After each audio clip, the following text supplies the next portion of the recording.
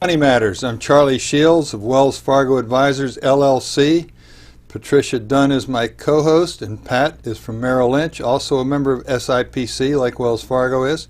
And we're going to have some fun tonight. Our special guest is Michell Muldoon, a collection curator, and it's going to be movie collectibles that we'll be talking about, and I think you'll enjoy hearing about those, and it could turn out to be a way to make a little money and have some fun. We'll see.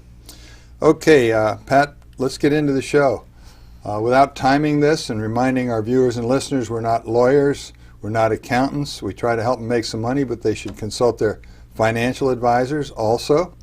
Do you see a bear market in the near future? Charlie, no, I don't. Actually, it's very interesting. We started off 2016 pretty much on a rocky road. It's been down more than it's been up. But very recently, First Trust Advisors and Bloomberg did a study over the last 36 years, going back to 1980 through 2015, a good period of time. Been a couple of crashes in there. Yeah. Exactly. Yeah. You and I were there for all of them. Right. But what they measured was when you had inter-year downward volatility, how many times you ended up the year with a negative number. Okay. And out of 36 years, would you like to harbor a guess as to how many times a downward trend in the market inter-year resulted in a negative year? Maybe 10? 7. How about that? So 29 out of 36 years, volatility on the downside did not end up with a negative year for the year. So the stock market doesn't necessarily say, I'll go down for a while, now I'll wait till December 31st to let people have a rally. It can rally in the middle of the year and make that correction, that severe correction sometimes, evaporate. Yes. I was talking to a client this morning and I said, if you truly believe in buying low and selling high, guess what? It's low. Yes, okay. Well, good. Let's talk about the low oil prices. And everybody says, oh, there's a lot of companies that do well when oil prices go low because there's all these benefits. Well, so far, the market isn't showing us any of those companies that are going up because of low oil prices. What's going on there? Well, I think it will. Okay. Again, the market's driven by fear and greed. And low oil prices is actually a stimulant to the economy because consumer spending goes up. And certain things like transportation costs, both trucking, airplanes, manufacturing, all these things benefit from lower oil prices. So yes, it does hurt the energy companies. There's no getting around that. Yeah, this will be a bad year or two in Texas probably. Probably. Okay, good enough. Well, the small cap stocks are already in a bear market. I just heard today the Russell 2000 is down 20% measured from the top. So does that mean we should stay away from small-sized companies or mid-sized companies for that matter? I wouldn't. But the prognosticators are saying that for 2016, the emphasis will be on the large cap, and it will be on growth versus value, and it is going to be a year where being very selective in your choices is going to be paramount. You really want companies that are showing earnings growth, and if you're showing earnings growth, I don't really care if you're small cap, mid cap, or large cap. Good answer. And I believe that in a lot of cases, the way people should do things is asset allocation. They have a certain percentage in each, Yes. and they set their clock at 6 months or a year or whatever they want to do, and they look and see how it's gotten out of whack and rebalance, and that takes the emotion out of it, right? Correct. All right. So how about the emerging markets? We talk about blood in the streets and it's a good time to buy. Well, certainly the emerging markets led by China. I mean, China has done a horrible job of managing fairly recently without timing the show here tonight. They tried to set some triggers that were way too tight, 7.5% or 7% drop, and they halted trading all day. We use some triggers that are like 20%. And after a couple of days of that getting smacked around, they said, never mind, we're not going to use the triggers. So they've created a lot of uncertainty. But that's China aside. Emerging markets in general, is this a time that you would be putting some money into them or not? Well, let's take that question in two parts. All right. Emerging markets, I think of the smaller economies, that are just starting to bloom. Okay. And when a country becomes an emerging market, it's doing so primarily because they're able to sell a commodity, raw material.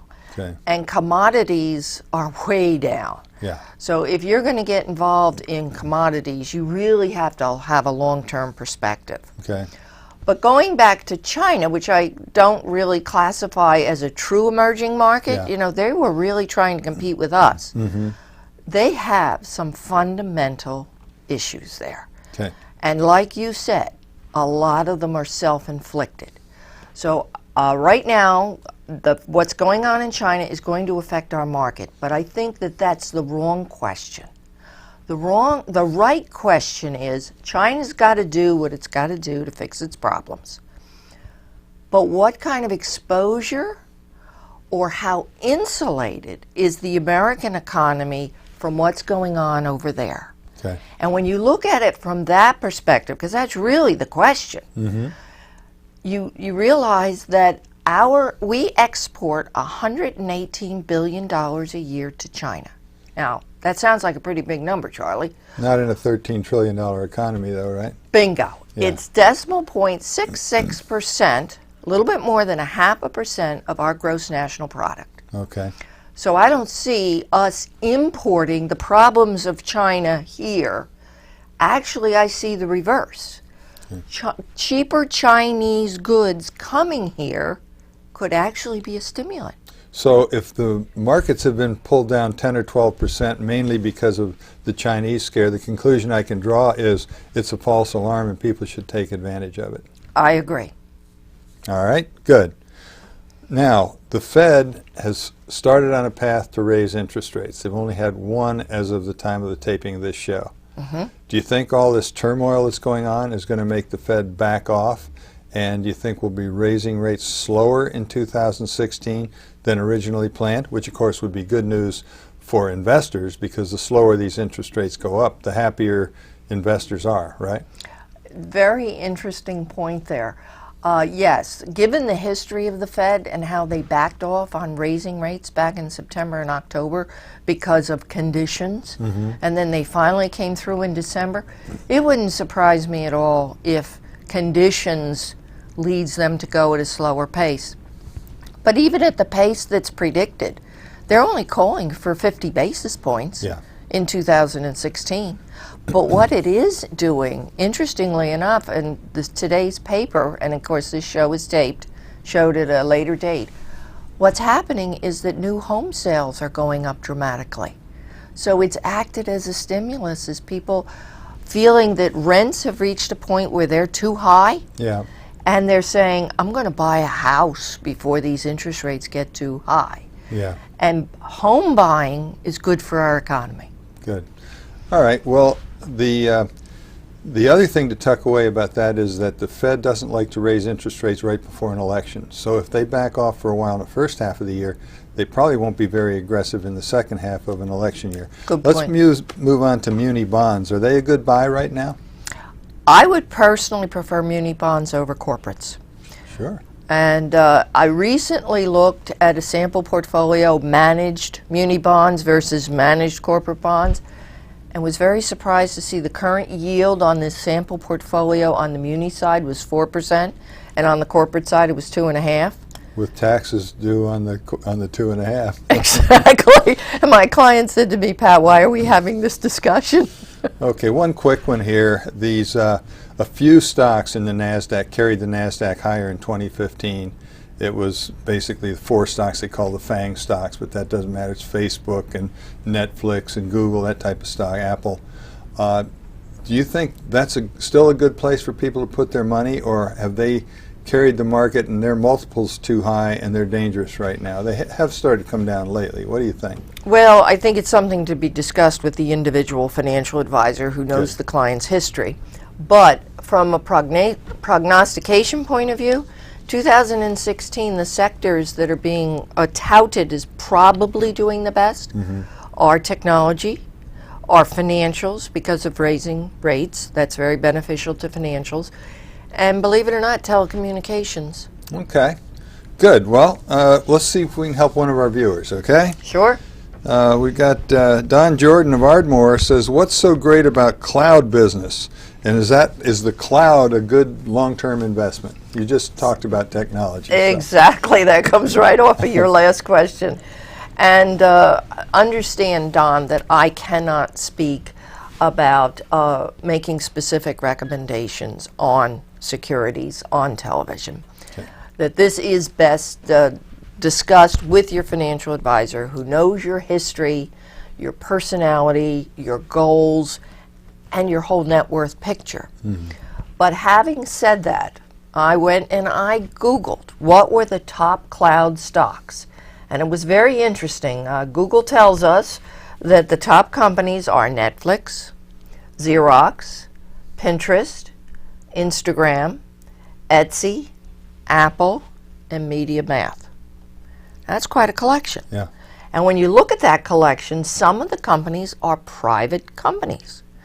And some of them, like Xerox, Etsy, and Apple, are publicly traded. And Instagram is owned by Facebook. Sure. So when it comes to whether cloud companies are good or bad, it's really not easy to say. Yeah, and this cloud stuff is basically that corporations used to have to put a big computer system on every desk, and now they're trying to put kind of dumb computers on the desk and have all this stuff in one place. And that's been a wonderful new opportunity for a lot of companies so that the corporations don't have to spend all that money to have all the detailed information at every desk. Mm-hmm. And that's what this cloud stuff's all about. Great. Well, if you have a question as a viewer or listener, please send it in, and we're going to show you a tape right now that'll tell you how to do that.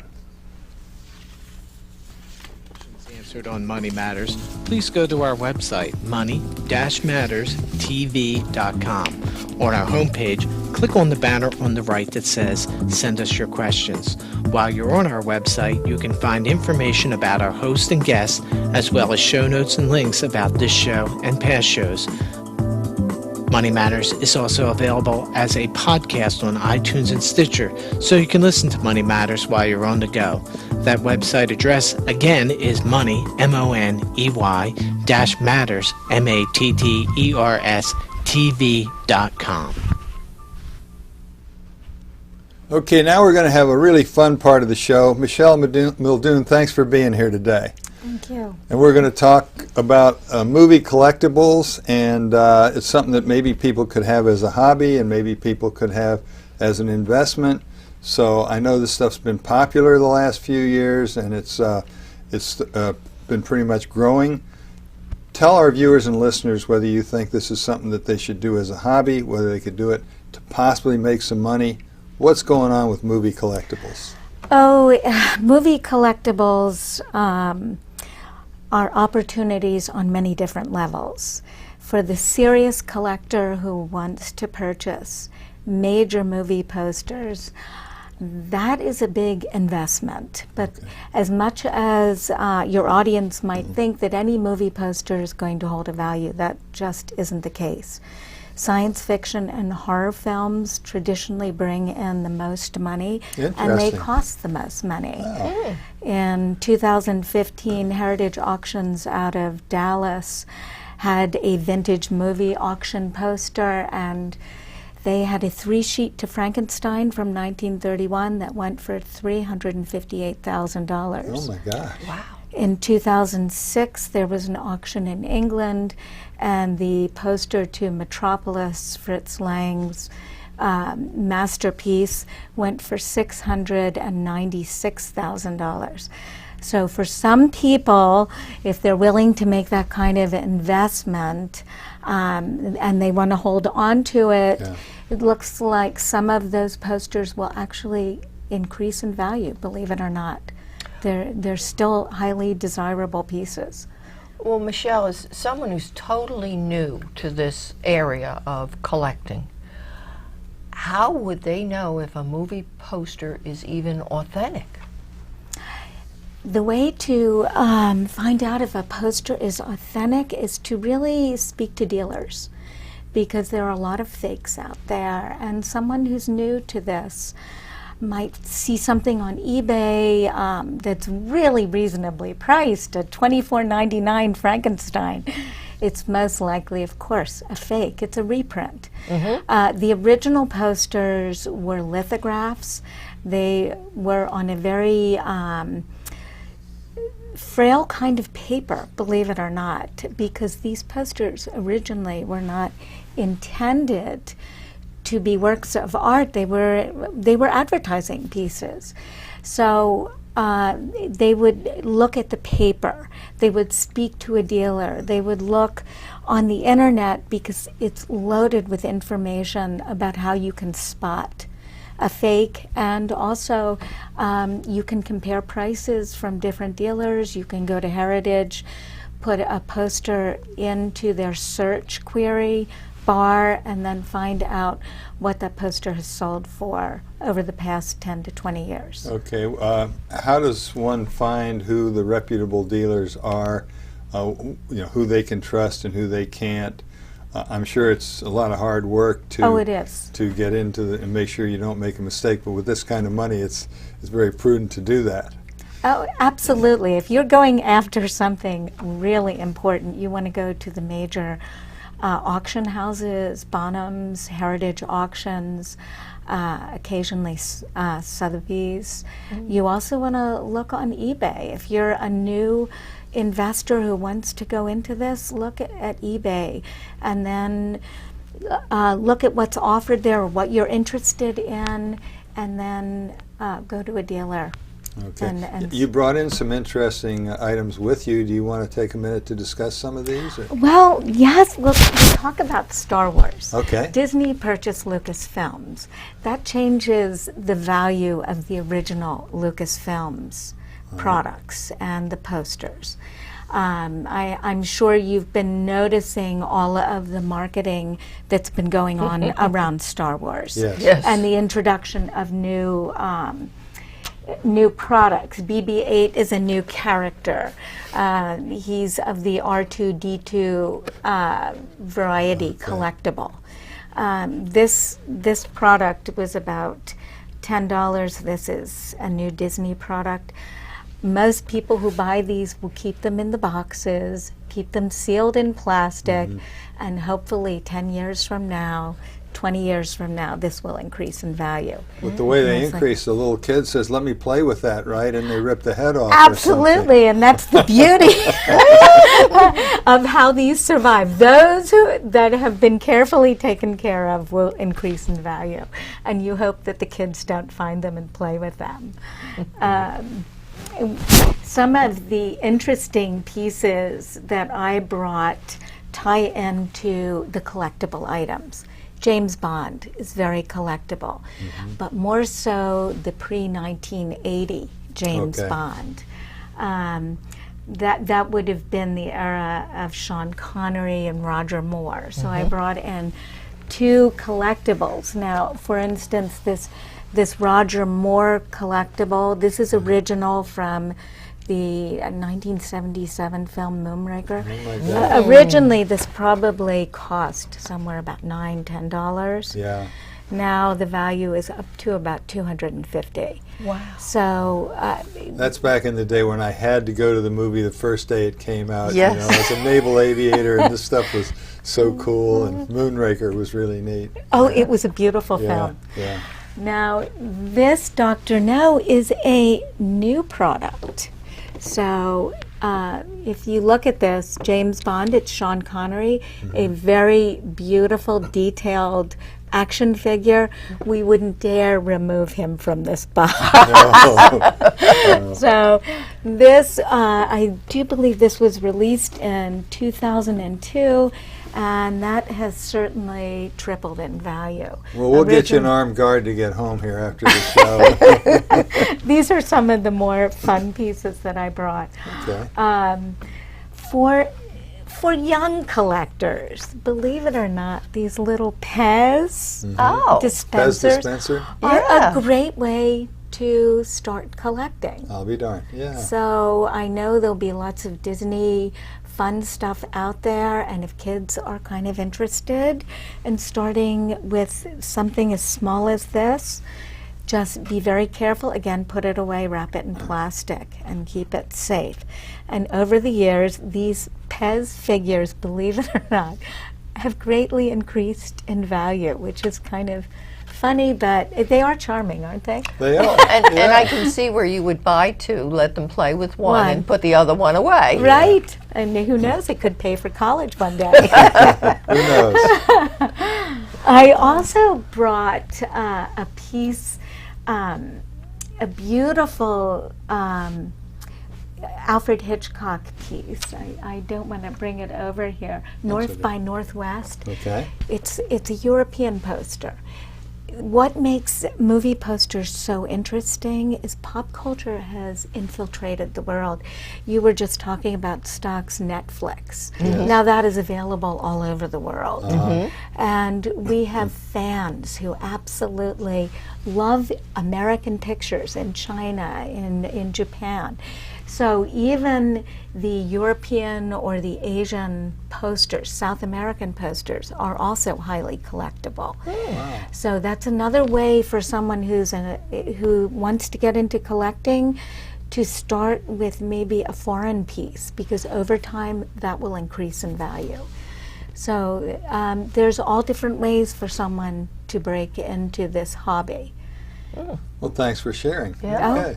You're Now- most welcome. You've mentioned sci-fi and horror Yes. as being genres that people are attracted to and that go up in value.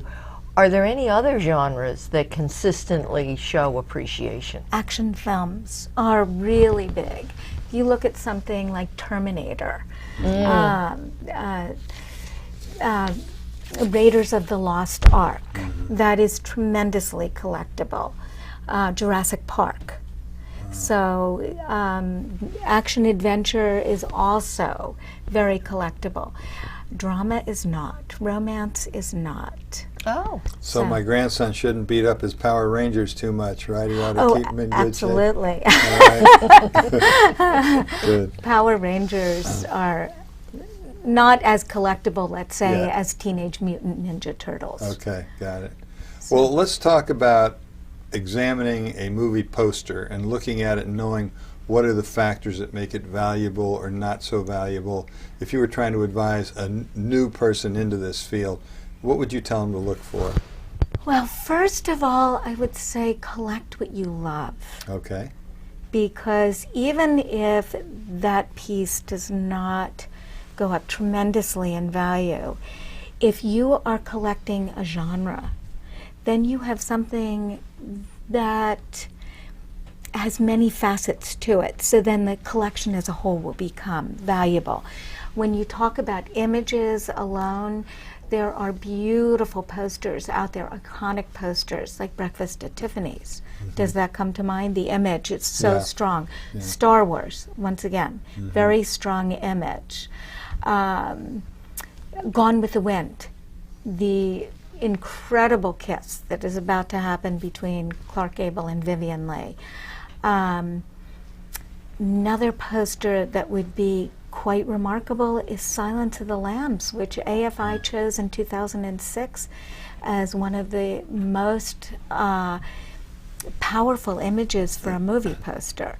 So sometimes it's the graphic design, sometimes it's the illustration, sometimes it's the symbolism. Well, suppose there was something like Hellcats of the Navy with Ronald Reagan because he had become a president.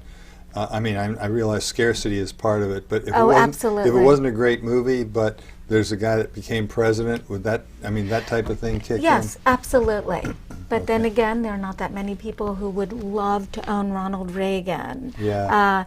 But yes, if there is somebody very important on the poster, and certainly Ronald Reagan is collectible.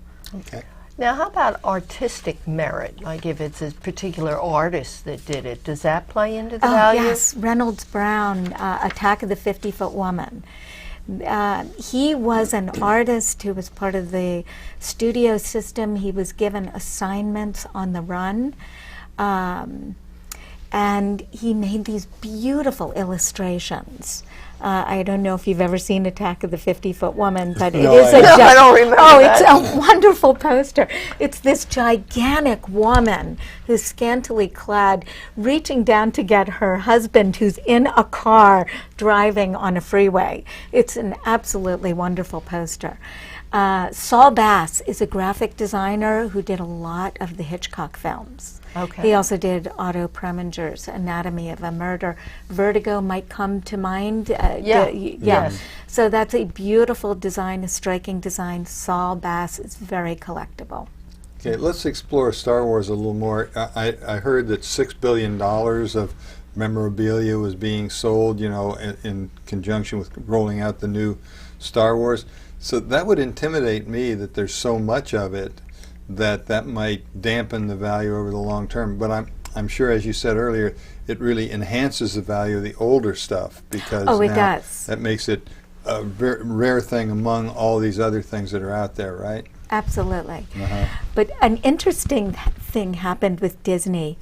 On September 5th, a little more than 3 months out from the opening date of The Force Awakens, they had a big sell-a-thon on movie products for The Force Awakens.